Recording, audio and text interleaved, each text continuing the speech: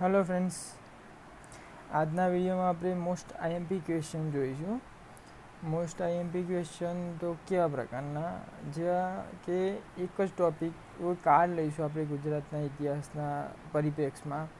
જેમ કે આજે ક્ષત્રપ કાર્ડ છે તેને લગતા પ્રશ્નો જોઈશું, અને આ દરેક એક ટૉપિકમાંથી પ્રશ્નો નીકાળેલા છે જે તમારા એક્ઝામ પહેલાં ક્વિક રિવિઝન માટે જોઈ શકો તમે. અને જે એવું નહીં કોઈ બી પ્રશ્નો લીધેલા છે, જે મેં ઇમ્પોર્ટન્ટ પોઈન્ટ છે આમાં આ જે કાર્ડ પ્રમાણે લીધા છે તો તે દરેક પ્રશ્નો આવરી લીધા છે. તો આ વિડીયો એક્ઝામ પહેલાં પણ તમે આરામથી જોઈ શકો ક્વિક રિવિઝન માટે. તો આજે વિડીયો શરૂ કરીએ આપણે ક્ષત્રપ કાર્ડથી શરૂ કરીએ, જેમાં મેં ક્ષત્રપ કાર્ડના ગુજરાતના પરિપ્રેક્ષમાં પ્રશ્નો લીધેલા છે. ગુજરાતને મહત્ત્વનું ઉત્તર આપેલું છે, કેમ કે મોટાભાગે જે પ્રશ્નો આવે છે આપણો કોઈ બી કાર્ડમાં એ ગુજરાતના પરિપ્રેક્ષમાં જ પૂછાય છે. તો આજનો વિડીયો એના ઉપર છે અને મેં પ્રશ્ન સ્વરૂપે નીકાળ્યો છે. તો પહેલો જ પ્રશ્ન આપણે જોઈએ તો ગુજરાતમાં ક્ષત્રપ કાર્ડનો સમયગાળો કેટલો હતો? તો ગુજરાતમાં અને ભારતમાં બંનેમાં ઈસવીસન 33થી ઈસવીસન 400 સુધીનો હતો. તો ક્ષત્રપ કાળ પહેલાં કયો કાળ હતો? તો ક્ષત્રપ કાળ પહેલાં અનુમૌર્ય કાળ હતો, એટલે મૌર્ય કાળ પછીનો કાળ. અને અનુમૌર્ય કાળ પછી કયો કાળ ચાલુ થાય? ક્ષત્રપ થાય. અને ક્ષત્રપ પછી પણ જોવા જઈએ તો આપણે ગુપ્ત કાળ શરૂ થાય છે. તો આ શક લોકો મૂળ ઈરાનના હતા. ઈરાન એટલે મધ્ય એશિયાનો ભાગ હતો, ત્યાંના હતા. મને કમેન્ટમાં તમે ઈરાનની રાજધાની અને ઈરાનમાં ચલણી નાણું કયું વપરાય છે તેની વિશે મને કમેન્ટમાં જણાવજો મિત્રો. તો પહેલો પ્રશ્ન આપણે જોઈ લીધો કે ગુજરાતમાં ક્ષત્રપ કાળનો સમયગાળો કેટલો હતો? તો તે ઈસવીસન 33થી ઈસવીસન 400 સુધીનો હતો. આગળનો પ્રશ્ન, બીજા નંબરનો પ્રશ્ન, શક લોકો કયા પ્રદેશમાંથી આવ્યા હતા? તો મેં આગળ જ જણાવી દીધું કે શક લોકો મધ્ય એશિયામાં આવ્યા હતા. મધ્ય એશિયામાંથી તો ક્યાંથી? તો ઈરાનમાંથી. ઈરાનની રાઈટ સાઈડમાં ઈરાક છે અને ઈરાનની લેફ્ટ સાઈડમાં ઇઝરાયલ આવેલું છે મિત્રો. તો આ મેપ સ્ટડી કરતી વખતે જોઈ લો તો સારો ખ્યાલ રહેશે આના વિશે.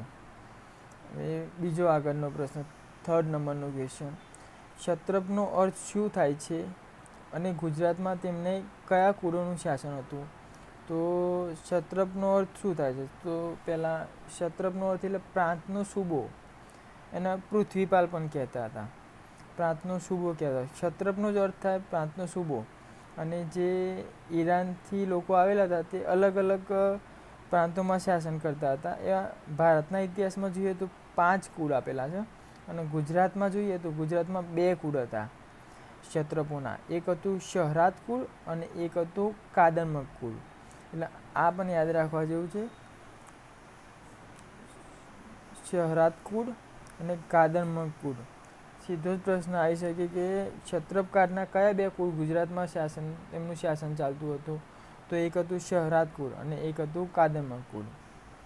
આગળ, ભૂમક અને નહપાન નામના 2 રાજાઓ કયા કુળમાં થઈ ગયા? તો ભૂમક અને નહપાન બંને શહરાદ કુળમાં થઈ ગયા મિત્રો. અને આગળનો 5મા નંબરનો ક્વેશ્ચન જોઈએ તો નહપાને ગુજરાતમાં કયા ભાગમાં શાસન કર્યું હતું? તો નહપાન હતો એને ગુજરાતના ભરૂચ બાજુનો જે વિસ્તાર હતો ત્યાં શાસન કર્યું હતું.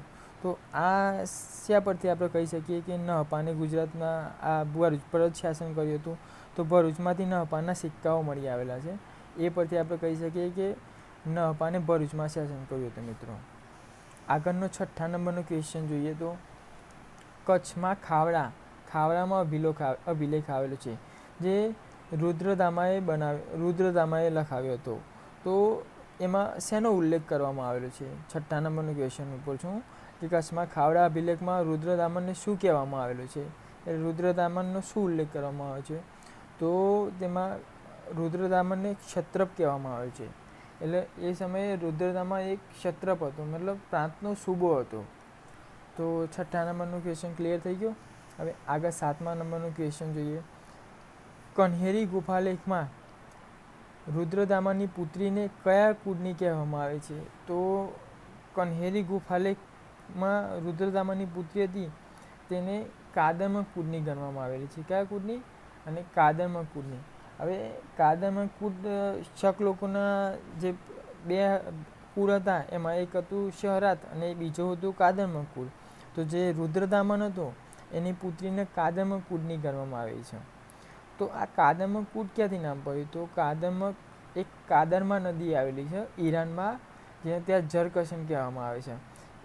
એ નદીના નામ પરથી જ આ કુળનું નામ પડ્યું હતું કાદમ્બ કુળ. મિત્રો આગળ 8મા નંબરનું ક્વેશ્ચન, રુદ્રદામનના સમયમાં ડાંગ, વાંસદા, ધરમપુરનો પ્રદેશ કયા નામે ઓળખાતો હતો?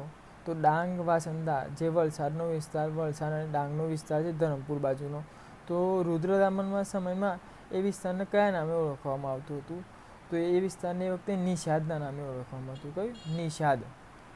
અને ઉત્તર ગુજરાતના કયા વિસ્તારના નામે એ સમયે ઓળખવામાં આવતું હતું? તો એ સમયે આનર્તના નામે ઓળખવામાં આવતું હતું. મિત્રો 9મા નંબરનું ક્વેશ્ચન, રુદ્રદામનની રાજધાની કઈ હતી? તો સીધો જ ક્વેશ્ચન આવી શકે કે શકકુળમાં જે કાદમ્બ કુળનો રુદ્રદામન હતો તેની રાજધાની કઈ હતી? તો તેની રાજધાની ઉજ્જૈન હતી, જે અત્યારે હાલ મધ્યપ્રદેશમાં આવેલું છે ઉજ્જૈન, ત્યાં હતી. મિત્રો 10મા નંબરનું ક્વેશ્ચન, ભારતનો સૌપ્રથમ શુદ્ધ સંસ્કૃત ભાષામાં લખાયેલો અભિલેખ કયો? આ દરેક વિદ્યાર્થી જાણતો જ હશે કે ગિરનાર છે, ગિરનારમાં અભિલેખ આવેલા છે. તેમાં અશોક, રુદ્રદામન અને સ્કંદગુપ્ત આ 3ના અભિલેખ આવેલા છે. જેમાં અશોકનો તો પાલી ભાષામાં હતો અને પ્રાકૃત, જ્યારે જે ભારતનો સૌપ્રથમ શુદ્ધ સંસ્કૃત ભાષામાં એ ગિરનાર પર રુદ્રદામન ત્રીજાએ લખાવ્યો હતો. તો આ પ્રશ્ન આવી શકે આરામથી કે સૌપ્રથમ શુદ્ધ સંસ્કૃત ભાષામાં લખાયેલો અભિલેખ કયો હતો? તો તે રુદ્રદામનનો ગિરનારનો અભિલેખ હતો. ફ્રેન્ડ્સ 11મા નંબરનો ક્વેશ્ચન, મૂળસાવર જામનગર અને 11મા નંબરનું ક્વેશ્ચન, મૂળસાવર જામનગરમાં આવેલું છે અને ગઢા નામના 2 શિલાલેખો આવેલા છે. તે કોના સમયના છે? તો તે રુદ્રસિંહ પહેલાના સમયમાં છે.